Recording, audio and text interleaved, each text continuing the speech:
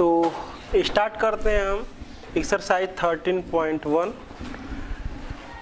इसको बताने से पूर्व कुछ एग्जाम्पल अच्छे हैं उनको देख ले रहे हैं, तब इस एक्सरसाइज में प्रवेश करेंगे।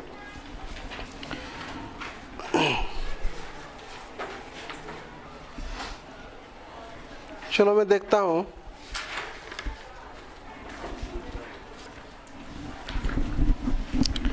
करा कि एक सिक्के को उछालने के परीक्षण पर विचार कीजिए। यदि सिक्के पर चित्त प्रकट होता है तो सिक्के को पुनः उछालें। यदि सिक्के पर पट प्रकट होता है तो एक पासे को फेंकें। यदि घटना कम से कम एक पट प्रकट होना घटित होना दिया गया है तो घटना पासे पर 4 से बड़ी संख्या प्रकट होने की प्रतिबंध प्रायिकता ज्ञात की कंडीशनल प्रोबेबिलिटी बताता हूं मैं। तो पहले सैंपल स्पेस की मैं बात कर लेता हूं। यस,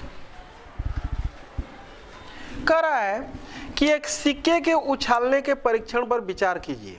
यदि सिक्के पर चित्त होता है, यानी कि जब सिक्के को हम उछालेंगे तो या तो हेड आएगा या तो टेल आएगा। इसी को हम चित्त कहते हैं और इसको क्या कहते हैं, पट कहते हैं। तो अगर कह रहा है कि यदि सिक्के पर चित्त होता है, मतलब ये आता है, तो फिर क्या फेंका जाता है, सिक्के को फिर उछाला जाता है। तो इसका मतलब कि अगर हेड आएगा तो हेड के साथ फिर सिक्के को जब फेंकेंगे तो यच के साथ फिर या तो यच आ सकता है या तो टेल आ सकता है। सेकंड, अगर टेल आता है तो क्या कह रहा है परंतु यदि सिक्के पर पट आता है तो एक पासे को फेंका जाता है। यानी कि जब ये टी आता है तो पासा फेंका जा रहा है, यानी कि टी के साथ 1 आ सकता है, टी के साथ 2, टी के साथ 3, 4, 5, 6 यही बनेगा। तो जो सैंपल स्पेस में एलिमेंट हो जाएंगे वो H H, H T, T1, T2, T3, T4, T5, T6 ये बनेगा एलिमेंट। और इसके बीच में कामा होता ही है,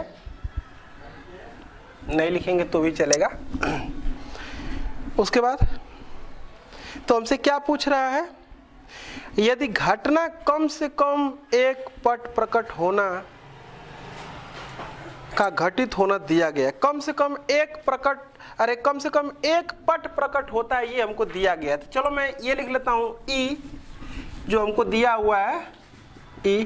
कह रहा है कि कम से कम एक पट प्रकट होता है। कम से कम एक पट का मतलब कि एक पट होना चाहिए। अब एक से ज्यादा पट हो सकते हैं लेकिन उससे कम पट नहीं हो सकता है। तो देखते हैं एक पट किस किस केस में। एक यहां पर है एच टी और T1 और T2, T3, T4 और T5, T6।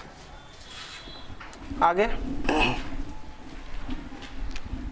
उसके बाद क्या कह रहा है, तो घटना पासे पर 4 से बड़ी संख्या प्रकट होना की, यानी कि हमसे ये कह रहा है कि पासे पर 4 से बड़ी संख्या प्रकट होती है, इस बात की प्रोबेबिलिटी ज्ञात कीजिए। तो पहले मैं F को लिखता हूं। तो 4 से बड़ी संख्या तो यहीं से मिलेगी ना, तो इसको मैं लिखूंगा T4, T5, T6। अच्छा, तो हमसे ये कह रहा है कि ये हो चुका है, तो इस बात की प्रोबेबिलिटी क्या है देखते हैं। तो हमको यही निकालना है P और F अपान E, क्योंकि जो हो चुका होता है उसको नीचे लिखते हैं। तो लिख सकते हैं कि नंबर ऑफ, इसको नंबर ऑफ समझो पहले, number of E intersection F और बटे में नंबर ऑफ E, ऐसे लिखा जा सकता है। तो फटाक से लिख देंगे कि E इंटरसेक्शन F में जो एलिमेंट होंगे उतना के बटे में जो E है उसे डिवाइड कर लिया जाए। कर सकते हैं। अच्छा, लेकिन ये हम काम तब करते हैं जब सैंपल स्पेस के जो भी सरल घटनाएं हैं, जो भी सिंपल इवेंट हैं, समसंभावी हों। समसंभावी का मतलब कि सबके घटने की संभावना समान हो, या ये कह सकते हैं कि सबकी प्रायिकता समान हो। समसंभावी कहें चाहे समप्रायिक कहें, दोनों बात एक ही है। जब समसंभावी होगा तो समप्रायिक होगा ही होगा। तो देखो इसकी प्रोबेबिलिटी अभी हम लोग आगे पढ़ेंगे, प्रायिकता का गुणन सिद्धांत पढ़ना है हम लोगों को। और ये देखो यच आने के बाद फिर एक बार सिक्का फेंका गया है, एच आया है, यानी कि 2 बार हेड आया है, तो एक हेड आने की जो प्रोबेबिलिटी होती है वो 1/2 होती है। और अभी हम लोग गुणन सिद्धांत पढ़ने वाले हैं, आगे आएगा।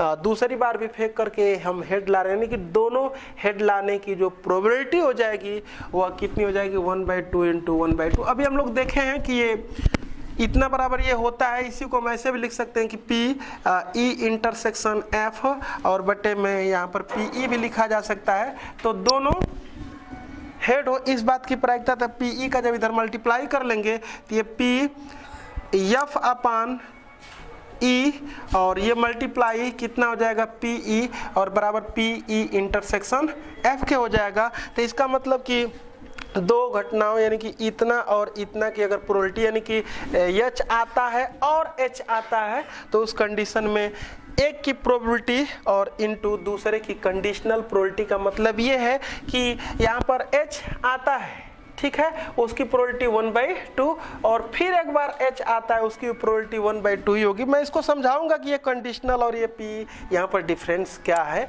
अभी आगे आने वाला। बस इतना सा समझो कि अगर इतना और इतना की प्रोबेबिलिटी निकालना होगा, दोनों का क्या करना पड़ेगा हमको, मल्टीप्लाई। तो इसकी प्रोबेबिलिटी इंटू इसकी प्रोबेबिलिटी, तो इसका 1/4, इसका भी 1/4, लेकिन इसका कितना हो जाएगा 1/2 × 1/6, क्योंकि 5 के लिए 1 2 3 5 6 जो भी होते हैं उसकी प्रोबेबिलिटी 1/6 होती है। तो इसकी प्रायिकता 1 में क्या हो जाएगा 12, तो 1/4, 1/4 और इसका 1/12। इसका मतलब कि इसके सैंपल स्पेस के अंतर्गत जो भी एलिमेंट है सब समसंभावी नहीं है। समसंभावी नहीं है तो हम जो ये वाला फार्मूला अप्लाई करने जा रहे हैं वो क्या हो जाएगा, रॉन्ग। तो काम क्या करेंगे देखते हैं।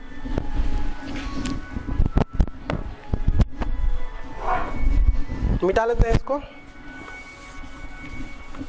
तो हमको काम क्या करना है, तो फर्स्ट तो इसका मैं इंटरसेक्शन भी निकाल लेता हूँ, ये तो बाद में यूज करूंगा। Intersection E intersection F, E intersection F जब निकालेंगे, देखो इंटरसेक्शन क्या क्या मिलेगा, बोलो। ये मिलेगा, ये पूरा मिल रहा है क्या, तो चलो मैं लिख लेता हूँ उसको।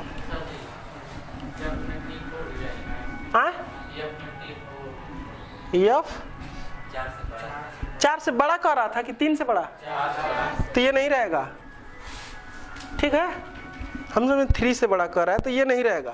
तो अब इसका इंटरसेक्शन निकालेंगे तो बस यही दोनों टर्म मिलेगा ना, तो ये हो जाएगा T5 और ये क्या हो जाएगा T6। तो जो हमारा फार्मूला होता है ऐसा कुछ होता है। तो इसका मतलब कि इंटरसेक्शन की प्रोबेबिलिटी हम निकाल देते हैं और फिर इस प्रोबेबिलिटी से क्या कर देंगे, डिवाइड कर देंगे। तो पहले मैं निकाल लेता हूँ PE इंटरसेक्शन F, इसकी प्रोबेबिलिटी। तो इंटरसेक्शन की प्रोबेबिलिटी हम निकालेंगे तो ये हो जाएगा P, ध्यान दो, P T5 प्लस, मैंने बताया था कि अविगृहित मैंने दिया था कि अगर समसंभावी घटनाएं नहीं होती हैं तो प्रायिकता का अविगृहीतीय दृष्टिकोण बताए थे, उससे हम कैसे प्रोबेबिलिटी निकालते हैं। तो जो भी एलिमेंट होते हैं सबकी प्रोबेबिलिटी को सम कर दिया जाता है, तो उस घटना की वो क्या आ जाती है। जैसे मैं ये कह रहा हूँ कि ये ई घटना है, ये ई घटना है और इसमें जो एलिमेंट है सपोज कर लो ओमेगा आई है। तो यहाँ पर मैंने बताया था कि अगर इसकी प्रोबेबिलिटी निकालनी होगी तो समेशन ऑफ ओमेगा आई निकाल देंगे, समेशन ऑफ पी ओमेगा आई, मतलब कि जितनी प्रोबेबिलिटी होंगी सबका सम निकाल देंगे, वही पीई को डिनोट करेगा। तो इसके अंतर्गत जो भी एलिमेंट हैं सबकी प्रोबेबिलिटी को सम कर दें, तो probability of T5 plus probability of T6। इसकी प्रोबेबिलिटी कितनी हो जाएगी, अभी दिखाए 1/12 है ये, देखो ना, इसका 1/2 और इसका 1/6 है, तो 1/2 इंटू 1/6 प्लस इसका भी 1/2 इंटू 1/6 बराबर 1/12 प्लस 1/12 बराबर 2/12 बराबर 1/6। इसका आ गया। अब इसका निकाल देते हैं ई की प्रोबेबिलिटी, यही है ना, ई की प्रोबेबिलिटी यहाँ पर लिख देंगे पी। तो पी तो इसका हमको निकालना है, इसका मतलब, तो इसका मतलब कि क्या लिखेंगे, ये इसकी प्रोबेबिलिटी प्लस इसकी, इस सबको क्या कर देना है, ऐड कर देना है। तो यहाँ पर लिख देंगे probability of HT plus probability of T1 plus probability of T2 plus probability of T3 plus probability of T4 और plus probability of T5 plus probability of T6। अब देखो ना, इसका कितना हो जाएगा 1/4, इसका 1/6, देख लेना जरा सा, ठीक है ना, 1/12 1/12 सबका 12 होगा क्या, देख लो तो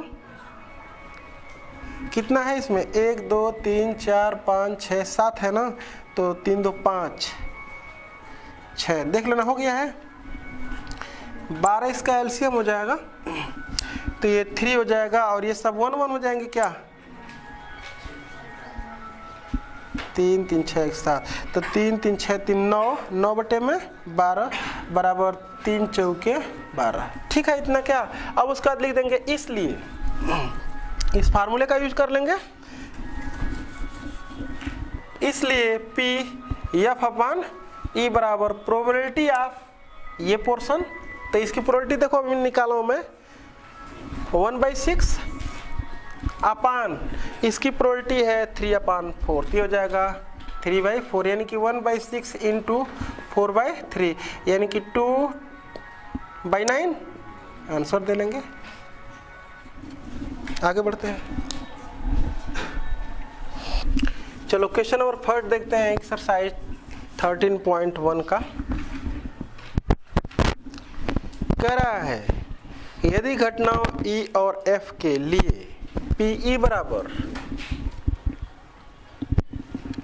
0.5, PF बराबर 0.4 और PE इंटरसेक्शन F बराबर 0.3 है, तो हमको ये निकालना है PE अपॉन F बराबर कितना होगा और PF अपॉन E बराबर कितना होगा। मतलब कंडीशनल प्रोबेबिलिटी ऑफ E और F जो है कि हो चुका है, मतलब कि E की प्रायिकता जबकि F हो चुका है, यानी कि conditional probability of E when F is occur, चाहे F हैज अकर, मतलब ये हो चुका है। देखते हैं, तो हमको सबसे पहले तो ये देखना पड़ेगा, चूंकि P और E बाई F बराबर होता क्या है। देखो N के भी फॉर्म में फार्मूला होता है और P के भी फॉर्म में होता है, तो P के फॉर्म में लिखेंगे क्योंकि यहाँ पर सब प्रोबेबिलिटी दिया हुआ है, इसलिए तो यहाँ पर चूंकि इतना बराबर होता है probability of E intersection F, मतलब दोनों का इंटरसेक्शन और अपान में probability of F value put out करते हैं, तो इसकी वैल्यू है 0.3 और इसकी वैल्यू है 0.4, यानी कि 3/4 second, and P F by E बराबर probability of E intersection F और upon probability of E intersection F की प्रोबेबिलिटी 0.3 और E की प्रोबेबिलिटी 0.5 बराबर 3/5, आंसर दे लेंगे। आगे बढ़ते हैं,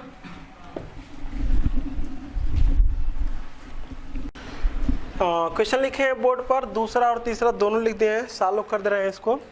कर रहा है सेकंड प्रश्न में कि P A बाई B ज्ञात कीजिए, यदि PB बराबर 0.6 और पी ए इंटरसेक्शन बी बराबर 0.28 है। तो हमको क्या निकालना है, यही निकालना है। तो चूंकि पी ए बाई बी बराबर probability of A intersection B upon probability of B, जो नीचे रहेगा वो दोनों का इंटरसेक्शन की प्रोबेबिलिटी ऊपर। ए इंटरसेक्शन बी की वैल्यू है 0.28 और पी बी की वैल्यू है 0.6। तो ये जो होगा हमारा दशमलव काट लेंगे। अब हमको लग रहा है 4 × 28 और 4 × 15 ऐसा कुछ हो जाएगा क्या, आंसर दे लेंगे। आगे बढ़ते हैं।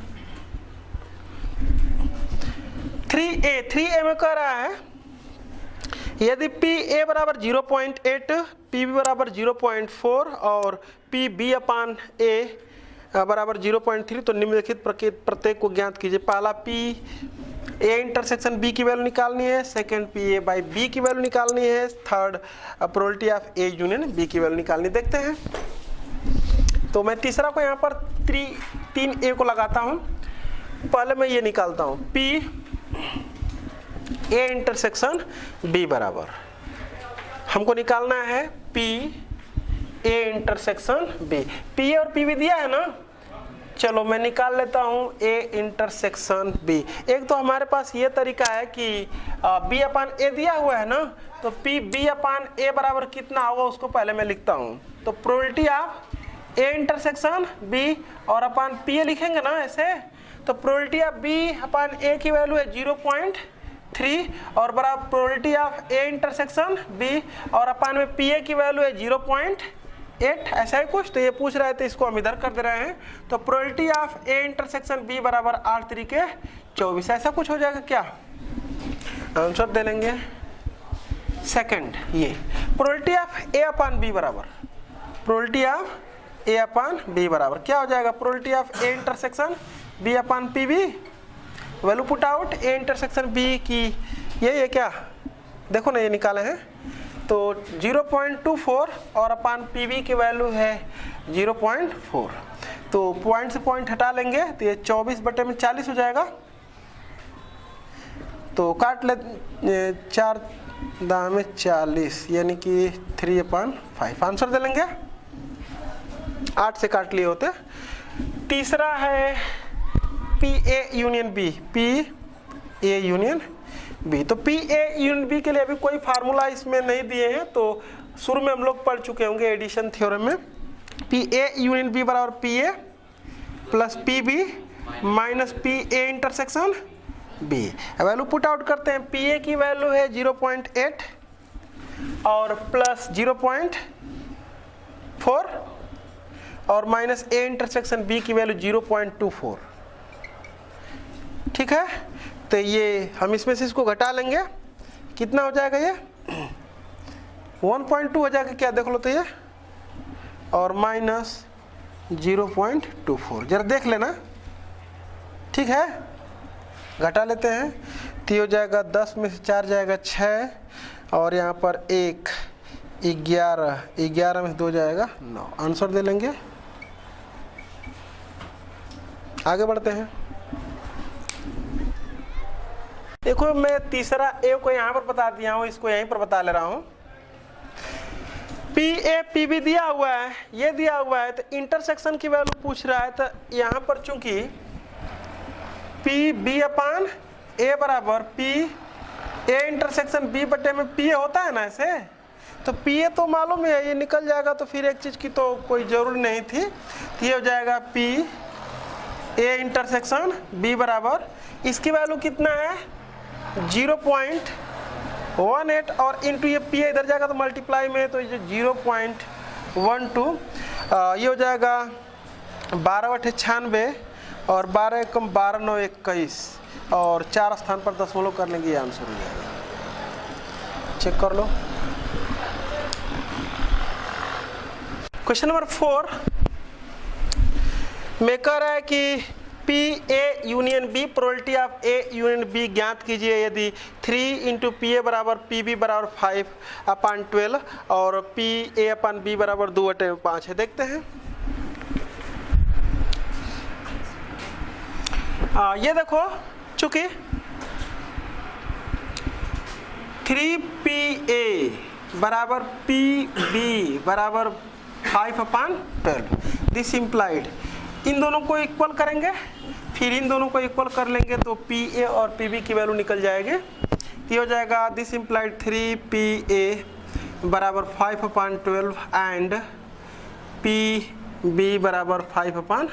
तो ये हो जाएगा दिस इम्प्लाइड PA बराबर 5/36 और एंड ये तो हो गया PB बराबर 5/12। अब ये निकाल लेते हैं जो हमसे पूछ रहा है, यही पूछ रहा है ना, और ये भी दिया हुआ है। तो यहाँ से तो हमको ये यूनियन निकालने के तो PA और PB इंटरसेक्शन यहाँ से निकल जाएगा। अब लिखेंगे नाउ PA/B बराबर PA इंटरसेक्शन B और बटे में PB वैल्यू पुट करते हैं। PA इंटरसेक्शन B की वैल्यू तो हमें निकालनी है, इसकी वैल्यू क्या है 2/5 बराबर PA इंटरसेक्शन B और बटे में PB की वैल्यू है 5/12। मल्टीप्लाई करें, सॉल्व कर लेंगे इसको, तो ये हो जाएगा हमारा 12 ऊपर चल जाएगा, 5 से 5 कैंसिल हो जाएगा, 1/6। तो PA इंटरसेक्शन B बराबर 1/6। चेक कर लो, ये 12 ऊपर जाएगा, 5 से 5 कट जाएगा, जब ऊपर से इधर आएगा तो 2/12 यानी कि 1/6। ये आ गया इसका मान। अब उसके बाद लिखेंगे again probability of A union B बराबर probability of A plus probability of B minus probability of A intersection B। Value put out करेंगे। प्रोबेबिलिटी ऑफ A मतलब A की जो प्रायिकता है 5/36 प्लस प्रोबेबिलिटी ऑफ B 5/12 और माइनस इंटरसेक्शन 1/6। ये 36 इसका एलसीएम हो जाएगा, 5 प्लस 12 3 36 5 3 15 माइनस 6 6 के 36 बराबर 15 5 20 20 में से 6 जाएगा 14/36 यानी कि 7/18। आंसर दे लेंगे। आगे बढ़ते हैं, क्वेश्चन नंबर 5 देखते हैं। 5 में कह रहा है कि यदि PA बराबर 7/13 P बराबर 5/13 और PA यूनियन B बराबर 8/13 तो निम्नलिखित प्रत्येक को ज्ञात कीजिए। First A probability of A intersection B, B probability of A B है जाकर और प्रोबेबिलिटी ऑफ B/A देखते हैं। A तो A इंटरसेक्शन B अगर हमको निकालना है, यूनियन दिया है ना, तो चूंकि probability of A union B बराबर कितना होता है PA प्लस PB, ये किसी भी घटना के लिए लागू हो जाता है, और minus PA intersection B। Value put करते हैं तो यूनियन का मान है 8/13 और बराबर 7/13 और प्लस 5/13 और माइनस ये तो निकालना है, तो ये हो जाएगा 8/13। चाहे तो इसी को इधर कर लेते हैं, A इंटरसेक्शन B बराबर इसको इधर कर लेंगे तो ये 12/13 में से 8/13 घट जाएगा तो 5/13। चलो ये इंटरसेक्शन निकल चुका है, यही पूछ रहा था क्या फर्स्ट, तो ये तो हो गया। अच्छा उसके बाद अब B में है प्रोबेबिलिटी ऑफ A/B बराबर probability of A intersection B बटे में probability of B। A intersection B की प्रोबेबिलिटी 5/13 अपान B की प्रोबेबिलिटी 5/13, ये भी है क्या देखो तो 5/13 है। अच्छा ये 4/13 होगा ना, देखो घटाना नहीं आ रहा है हमको, तो ये कितना हो जाएगा 4/13 ही होगा ना, और तो ये 4/5 हो जाएगा। C है probability of B when A है जाकर, तो probability of A intersection B बटे में प्रोबेबिलिटी ऑफ A बराबर A इंटरसेक्शन B की प्रोबेबिलिटी हो जाएगी 4/13 अपान ए की प्रोबेबिलिटी है 7/13, ये हो जाएगा 4/7। आंसर दे लेंगे। आगे बढ़ते हैं। चलो क्वेश्चन नंबर 6 देखते हैं। इसके लिए निर्देश ऊपर लिखा हुआ है कि निम्नलिखित प्रश्न 6 से लेकर 9 तक, जो भी प्रश्न है 6 से लेकर के 9 तक, उसमें हमको निकालना है P/E/F की वैल्यू, ये हमको निकालना है। तो लिखा क्या है 6वां प्रश्न में, एक सिक्के को 3 बार उछाला जाए। देखो एक सिक्के को 3 बार उछालें, चाहे 3 सिक्के को 1 बार उछालें, सैंपल स्पेस 1/1 लेकर के बनाया जाता है।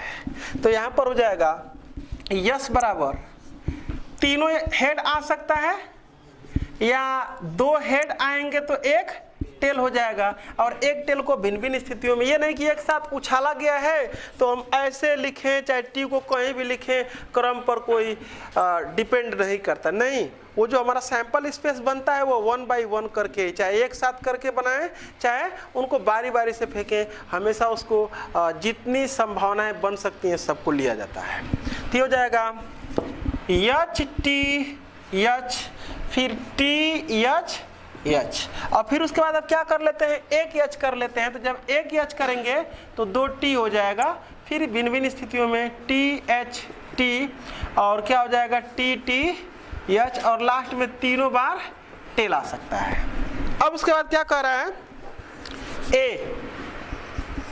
ए में कह रहा है कि ई जो है, ये घटना जो है कह रहा है कि तीसरे उछाल पर पट आता है, तीसरी उछाल पर पट आता है, इस घटना को शो कर रहा है। तो ये जो घटना है ई को कह रहा है कि तीसरी उछाल पर पट आता है। तीसरी उछाल पर देखते हैं पट कहां कहां पर है। तीसरी उछाल पर पट एक यहां पर है, एक यहां पर है, एक यहां पर है, और एक यहां पर है। बस तीसरे उछाल पर पट होना चाहिए, बाकी कहां पट है कहां नहीं पट है। पट का मतलब टेल, ठीक है। तो उसको मैं लिख ले रहा हूं H H T, H T T, T H T और ट्रिपल टी, मतलब तीनों बार टेल आता है। अच्छा, उसके बाद क्या कह रहा है, यफ जो है कह रहा है कि पहली दोनों उछालों पर पट आता है। तो पहली दोनों उछालों पर पट लिखते हैं। देखो पहली दोनों उछालों पर पट जहां जहां पड़ रहा है, ये और ये दो है ना, तो हो जाएगा टी टी एच और ट्रिपल टी। तो हमसे क्या पूछ रहा है, वो E/F की वैल्यू पूछ रहा है। तो देखो ये सब घटनाएं समभावी हैं, वो फार्मूला अप्लाई कर सकते हैं हम। P/E/F बराबर नंबर ऑफ E इंटरसेक्शन, यहाँ पर ना हो तो इंटरसेक्शन निकाल लें, क्या निकाल लेते हैं। तो E इंटरसेक्शन F बराबर E इंटरसेक्शन F क्या क्या मिलने वाले, दोनों मिलेगा क्या है, देख लो तो। अरे टी टी एच नहीं है क्या इसमें, नहीं है, ट्रिपल टी मिल रहा है, देख लेना जरा सा। अब लिख देंगे प्रोबेबिलिटी ऑफ E/F बराबर number of E intersection F बटे में नंबर ऑफ F बराबर E इंटरसेक्शन F हो में कितने एलिमेंट हैं 1, और F में कितने एलिमेंट हैं 2। आंसर बी में क्या कह रहा है कि E न्यूनतम 2 पट,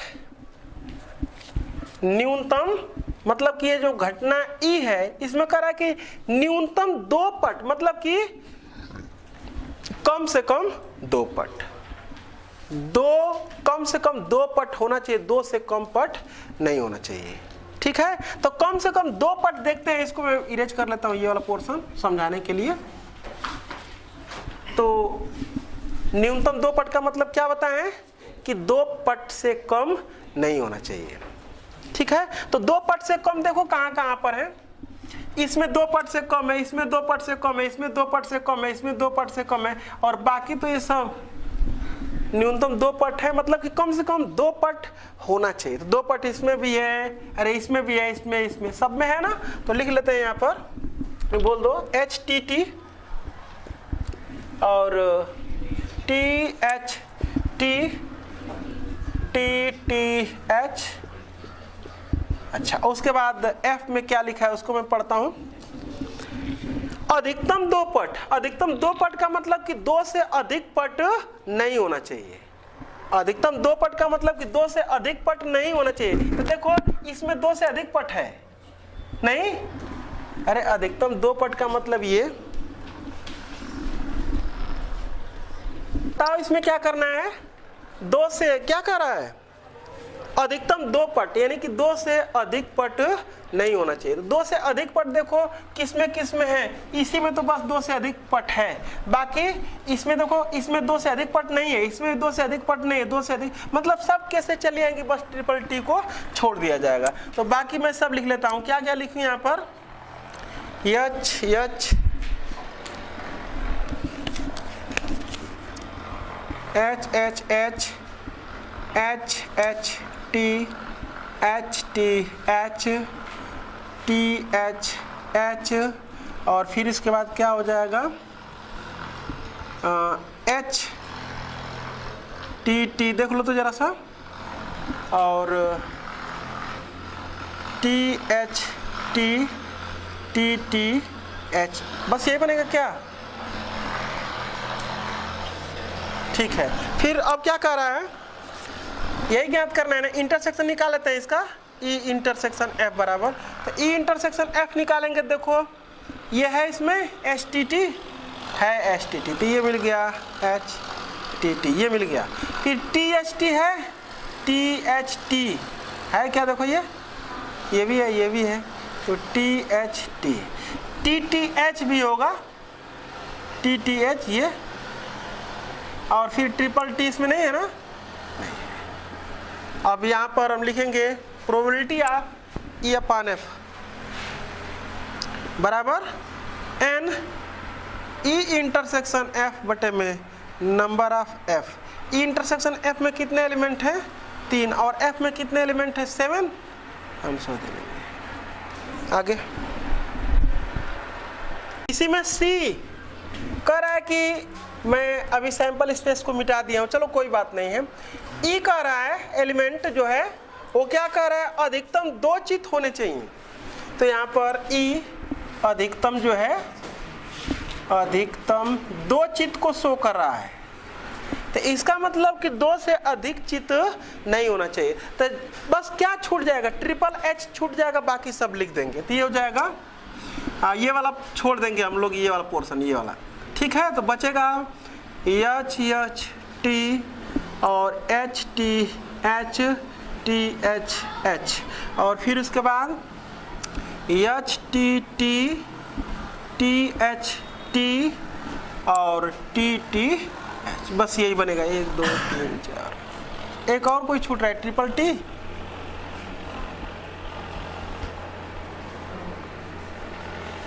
आगे ई एफ अब क्या कर रहा है, न्यूनतम एक चित का मतलब कि कम से कम एक चित, माने एक चित होना चाहिए, ये वो कह रहा है। तो एक चित होना चाहिए का मतलब ट्रिपल टी छूट जाएगा। देखो ना, सब में एच होता है, सब में एच, बस इसी में एच नहीं है, तो कम से कम एक चित का मतलब एक चित से उसको जरूरत है। अगर कोई ऐसा एलिमेंट पर, ऐसा प्रदर्श समष्टि इसमें हो जिसमें एक भी एच ना हो, उस पर हम लोग बात नहीं करेंगे। तो देखो इन सारी केसों में एक एच है, बस इसी में एच नहीं है। एक एच का मतलब काउंट मत करो कि बस एक एच नहीं, उसको एक एच से जरूरत है। अगर ज्यादा रहेगा तो चलेगा, लेकिन एक एच से कम रहेगा तो नहीं चलेगा। तो बाकी सबको मैं लिख लेता हूँ, ये triple H, H H T H T H T H H H T T T H T T T H, बस। अब हमसे इंटरसेक्शन इसका निकाल लेते हैं, ई इंटरसेक्शन एफ बराबर, देखते हैं क्या क्या मिलेगा टर्म। तो एक इसमें से ये निकल जाएगा, इसमें से बाकी सब तो मिलेगा। देखो ये मिल रहा है, ये मिल रहा है, ये है, ये है, ये सब है, बस इन दोनों को मैं निकाल देता हूँ। तो कितना हो जाएगा ये, H H T H T H T H H H T T T H T और टी टी एच, जरा चेक कर लेना, ठीक है। तो यहाँ पर लिख देंगे probability of E by F, सब संभावी प्रदर्श बिंदु जितने हैं, जितनी सरल घटनाएं हैं, सब समभावी हैं। तो इसलिए ये फार्मूला अप्लाई कर सकते हैं कि number of E intersection F और बटे में number of F. E intersection में 1 2 3 4 5 6 एलिमेंट हैं और एफ में कितने एलिमेंट हैं? 3 3 6 1 7। आंसर दे लेंगे।